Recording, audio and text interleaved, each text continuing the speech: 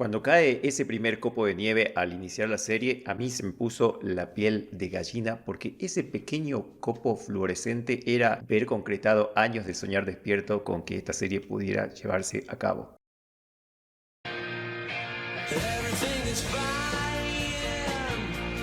Everything is just the same. There are a bunch of friends that still remain. Bienvenidos compatriotas y turistas a Corto Maltés. Sé que les había dicho que iba a hacer un análisis de los primeros 3 capítulos, que iba a ser un análisis sin spoiler de ellos, pero fue imposible. Con esta serie rompí por primera vez mi regla de no ver más de 3 capítulos por día y sí, también le fallé a Darín. Por lo menos una pausa. Una pausa en el medio, la que quieras. Y es que una vez que arranca el tren del Eternauta ya no hay forma de pararlo, es una serie muy adictiva. Entonces vamos a hacer lo siguiente, voy a dividir este video en 2 partes, una primera parte sin spoilers, en la cual voy a dar mis primeras impresiones sobre lo que fue este primer visionado a la serie, y una segunda parte con spoilers, pero les voy a avisar con anticipación y ahí sí vamos a ahondar en algunos de los detalles de estos 6 capítulos que componen esta primera temporada. La historia comienza unos días antes de Navidad y como estamos en el hemisferio sur es pleno verano. Cada uno está ocupado en sus asuntos, hay marchas, embotellamientos, gente haciendo las compras y entre ellos nuestros protagonistas, un grupo de amigos que se juntan aquella noche a jugar al truco. Ya sabíamos que la historia iba a estar ambientada en el presente, pero no imaginábamos la cantidad de cambios que iba a tener respecto a la obra original. Son muchísimos en la estructura de la historia, en la dirección que va tomando la narración, en las decisiones que van tomando los personajes, incluso también en las características y personalidades de los protagonistas, pero increíblemente todos estos cambios, por lo menos para mí, funcionan muy bien. Yo había manifestado en uno de mis videos anteriores que me parece bien que hayan cambios en la adaptación siempre y cuando respeten el núcleo de la obra original a la vez que favorezcan la narración y la dinámica de las historias. Y aquí pasan ambas cosas, se favorece la dinámica de la narración y se respeta el espíritu del Eternauta original, a la vez que nos permite redescubrir la historia y ver la obra desde una perspectiva diferente y también cumple con eso de hacernos querer releer el libro. Entonces la adaptación funciona y sobre todo sorprende tanto a los que nunca leyeron la historia del Eternauta como a los que sí lo habíamos hecho anteriormente. Ahora bien, si no vieron la serie, en este punto voy a hacerles una advertencia. La historia se cuece a fuego muy lento, las cosas van pasando de a poquito en los primeros capítulos y está perfecto que sea así porque el corazón del Eternauta está precisamente en sus personajes y ese ritmo nos permite ir descubriéndolos y conociéndolos de a poco y nos permite también empatizar y preocuparnos genuinamente por ellos cuando las cosas empiezan a salirse un poco de control. Otro punto muy bueno es que en todo momento se siente muy cercano. Yo, por ejemplo, no vivo en Buenos Aires, no conozco sus calles y sin embargo sentí como si fuera algo que estuviera ocurriendo en mi propio barrio. Entonces el hecho de que tenga características muy propias de Latinoamérica hace que se sienta más real en cierta forma, como si además de espectador fueras un integrante más del elenco que está encerrado en esa casa sin saber qué va a pasar o qué vas a hacer. Otro gran punto a favor son los efectos especiales que están muy bien trabajados. Ya en la parte con spoilers voy a hacer hincapié en algunas escenas en particular y en ningún momento te saca de las situaciones ni de la trama. Respecto a la dirección y actuaciones, para mí están impecables. La tensión, el humor, la aventura están muy bien planteados y bastante equilibrados. Y la gente que critica a Darín diciendo que siempre hace el mismo papel, el mismo personaje, bueno, aquí no, aquí está muy bien trabajado su personaje y no tardás demasiado en dejar de ver al actor para empezar a ver plenamente a Juan Salvo. Hay mucho más que comentar, pero sí o sí voy a tener que entrar ya en los spoilers, así que si no vieron la serie todavía, les recomiendo que no se pierdan esta oportunidad de sumergirse en este mundo increíble de ciencia ficción. Es una serie muy adictiva, está muy bien planteada y si son muy ansiosos, tengan paciencia que los primeros capítulos van a ir muy lentos, pero después más o menos a partir del 4.º capítulo en adelante arranca y de ahí no para más hasta el final. No se olviden de dejar un me gusta y guardar este video en ver más tarde para que podamos tener un debate y me digan qué opinan sobre esta serie al finalizarla. Bueno, empezamos con los spoilers. Le atiné a varias cosas, en mis videos anteriores había dicho que seguramente el barco de Favali iba a tener protagonismo, también que los celulares ya no iban a servir para nada y era como volver muchos años hacia atrás, el papel que iban a tener los nuevos personajes y sus relaciones entre sí y que esta temporada probablemente iba a terminar en la cancha de River Plate. Pero más allá de esos pequeños detalles hubieron muchísimas cosas que no me esperaba para nada. Por ejemplo, la forma en que funcionan los cambios que hubieron respecto a los cómics originales. Hay diferencias que le aportaron una nueva dimensión a la trama, por ejemplo, el hecho de que Juan Salvo haya sido un excombatiente de Malvinas, que había estado luchando contra sus propios traumas y supongo también que intentando escapar de ellos a lo largo de su vida, hace que la sensación de ver las calles cubiertas de nieve y con cuerpos de los caídos sea muy violenta para él y le generan un impacto emocional muy fuerte que lo llevan inevitablemente de vuelta hacia las islas. Incluso se ve obligado a utilizar armas de las que también había estado intentando escapar. Es como volver a revivir ese horror, pero esta vez no en territorio insular, sino en territorio continental y ya involucrando a vecinos y amigos y gente más cercana. Después hay detalles más pequeños que creo que le suman un montón a la trama, por ejemplo, el hecho de que la nieve que deja de moverse, que ya no está en movimiento, se vuelve inerte y ya no te causa daño. Eso creo que nunca se dijo en los cómics, pero le aporta nuevas capas y significados, si se quiere, a cómo funciona la nieve. También pienso cómo Favali cuenta sobre la inversión de los polos o la anulación de los cinturones de Van Allen que terminan cargando con partículas radioactivas los copos de nieve que caen. Por cierto, un dato de color es que los cinturones de Van Allen fueron descubiertos en 1958. Recordemos que la obra original fue lanzada entre el 57 y el 58, así que coincide con esas fechas. Bueno, así como esos también hay detalles de cosas que pasaron posteriormente a la presentación de la obra, que nutren muchísimo el funcionamiento de la serie y son más puntos a favor de que esté ambientada precisamente en el presente y no en el pasado. La verdad que tengo que reconocer que tomaron decisiones muy arriesgadas, hicieron cambios, algunos muy drásticos, pero de alguna manera funcionaron y funcionaron muy bien. Un apartado al que vi que no le están prestando la atención ni la valoración que se merece es la música. La elección de canciones que componen la banda sonora de esta serie me parece algo absolutamente sublime. Hay directores internacionales, por ejemplo James Gunn, que dotan a sus películas de una selección de temas que quedan grabadas en nuestra cabeza luego de que la película haya terminado. Bueno, eso pasa aquí. Por un lado tenemos canciones instrumentales originales para la serie que tienen muchísima fuerza y acompañan a la perfección los momentos de tensión, de acción, de drama, optimismo que se van sucediendo. Luego también los silencios jugaron un papel muy importante y aparecían cuando tenían que aparecer. Y por supuesto una exquisita selección de temas con una amplia variedad de estilos musicales diferentes que van desde el rock al tango, la cumbia, el folclore y que de alguna manera no solo coexisten entre sí, sino que además brillan con intensidad propia y se destacan muchísimo, a la vez que le dan fuerza a las escenas que acompañan. Sin ir más lejos, apenas comienza el capítulo número 1, está sonando Paisaje, un tema de Gilda cuya letra dice: No se piensa en el verano cuando cae la nieve. Que tiene que ver con lo que va a pasar después, nieve en pleno verano. Luego el coro es: Tú no podrás faltarme cuando falte todo a mi alrededor. que es por lo que están pasando los protagonistas, preocupados por sus amigos, familiares, amores, cuando todo el mundo se está derrumbando a su alrededor. Luego en otra parte suena: Despiértame cuando pase el temblor. de Soda Stereo. En ese momento una pareja está escuchándolo en un cassette, ellos se encuentran aislados por completo del resto de la sociedad, entonces la letra se podría interpretar como una forma de decir que no cuenten con ellos, que prefieren evadir la realidad, escaparse mientras dure esta situación. Luego en la iglesia, cuando dos de los sobrevivientes inician un incendio, suena Credo de Mercedes Sosa, una de las muchas artistas perseguidas durante la dictadura militar, y su presencia resulta muy simbólica. Más adelante, cuando los soldados viajan en el tren en curso de colisión directa hacia esa barricada de insectos, Juan Salvo empieza a cantar a capela una canción que es Jugo de Tomate Frío,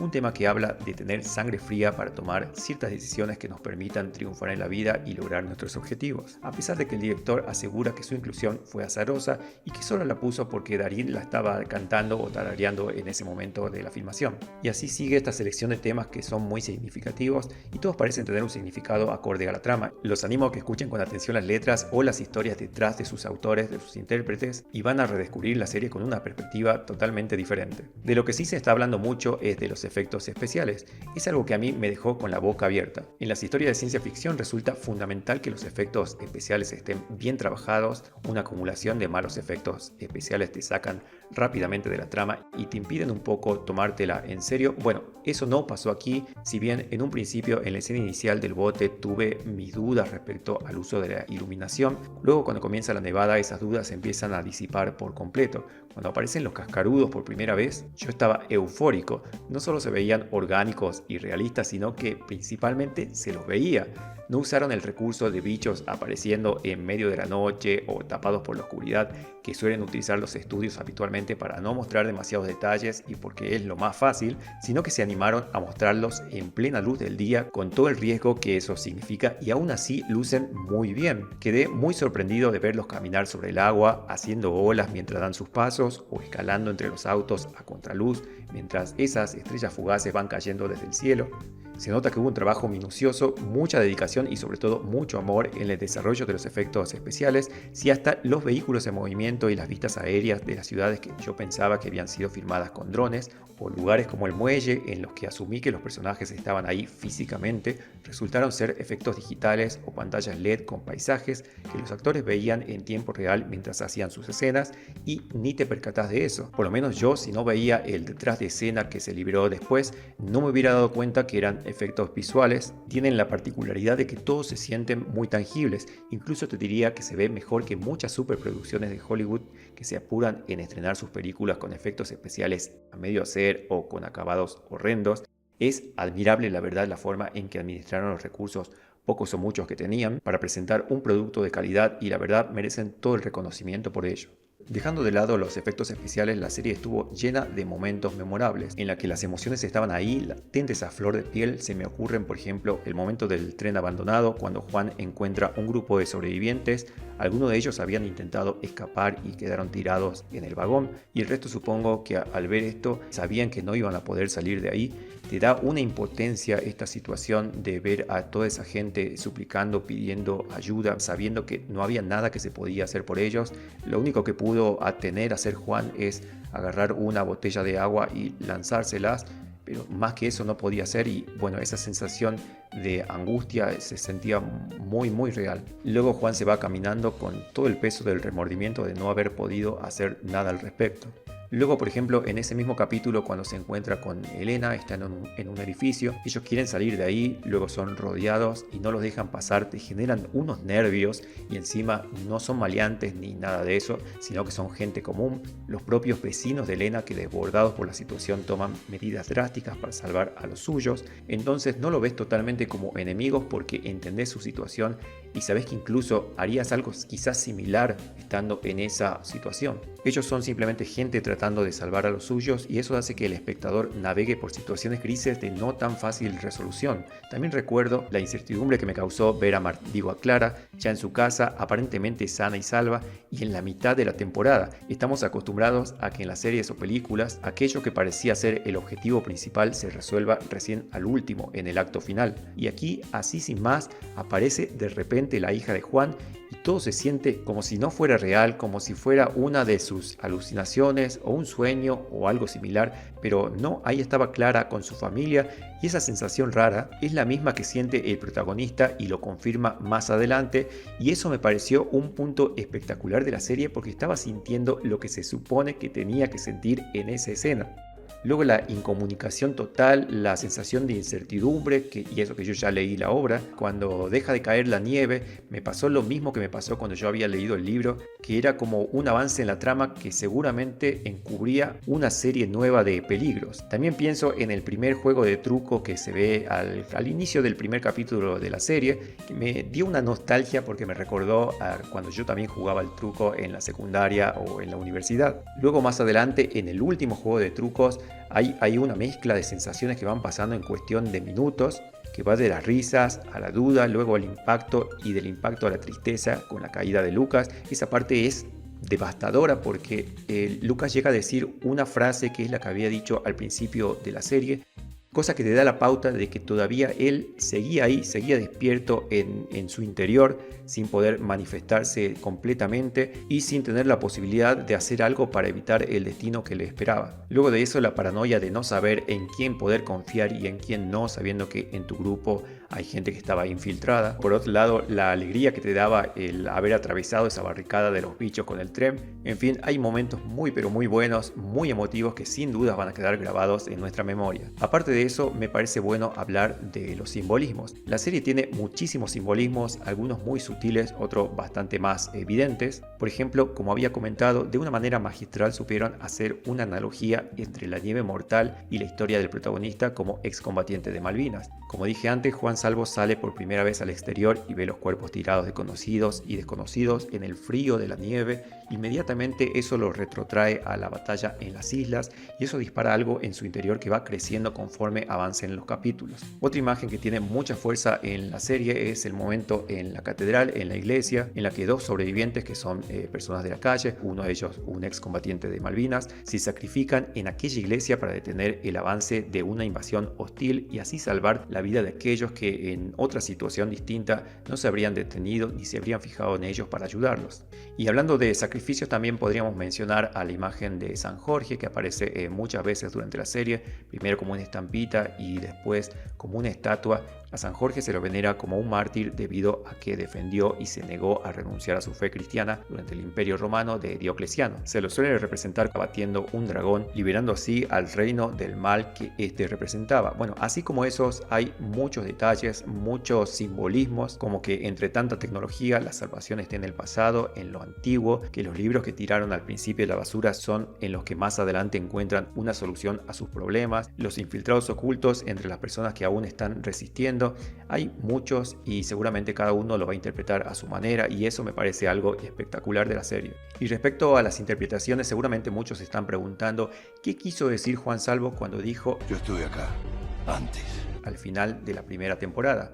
Lo más simple sería pensar que esta frase la dice porque él de alguna manera ya la había vivido en una de sus alucinaciones anteriores y que es como una especie de déjà vu, pero yo tengo otra explicación al respecto. En el Eternauta 1, Juan no tiene visiones del pasado ni del futuro, es algo que agregaron para la serie. Entonces, ¿es algo que cambiaron o quizás algo que desarrolló más adelante en la obra? Me explico, hay una razón por la que el Eternauta se llama de esa manera. Juan Salvo es un viajero del espacio y del tiempo, es alguien que puede manifestarse en distintas realidades y ver las cosas desde distintas perspectivas. Entonces, sin entrar en spoilers de cómo obtuvo esas habilidades, me pregunto, ¿y si el que vemos en la serie no es una versión o una adaptación del Eternauta de los cómics, sino que efectivamente es él mismo? Juan llega a la cancha de River y se ve desde lejos que algo está pasando ahí, algo que evidentemente es muy importante. Yo creo que eso despierta en él el recuerdo de que ya estuvo ahí, solo que en aquel momento no estaba viéndola desde afuera, sino que estaba en el interior de la cancha cuando eso estaba pasando, que es uno de los momentos más impactantes del libro. Esta teoría la refuerzo con lo que pasa apenas comienza el libro y que es algo que no se ve en la serie, en la que el escritor Oesterheld está en su casa cuando se le aparece repentinamente el Eternauta y cuando le pregunta su nombre, este le dice que tuvo muchos nombres a través de las épocas. Entonces quizás no solo tuvo muchos nombres, sino también muchos rostros y muchas historias. Y esta, la de la serie, es una de ellas, en la que las cosas se están pasando de una manera bastante parecida, pero los protagonistas están tomando decisiones totalmente diferentes. Bueno, eso es todo por ahora, espero que hayan disfrutado de este video. Seguramente vamos a tener un programa en vivo junto a canales amigos para hablar sobre todo lo que vimos en esta grandiosa primera temporada. Les mando un fuerte abrazo. Hasta la próxima.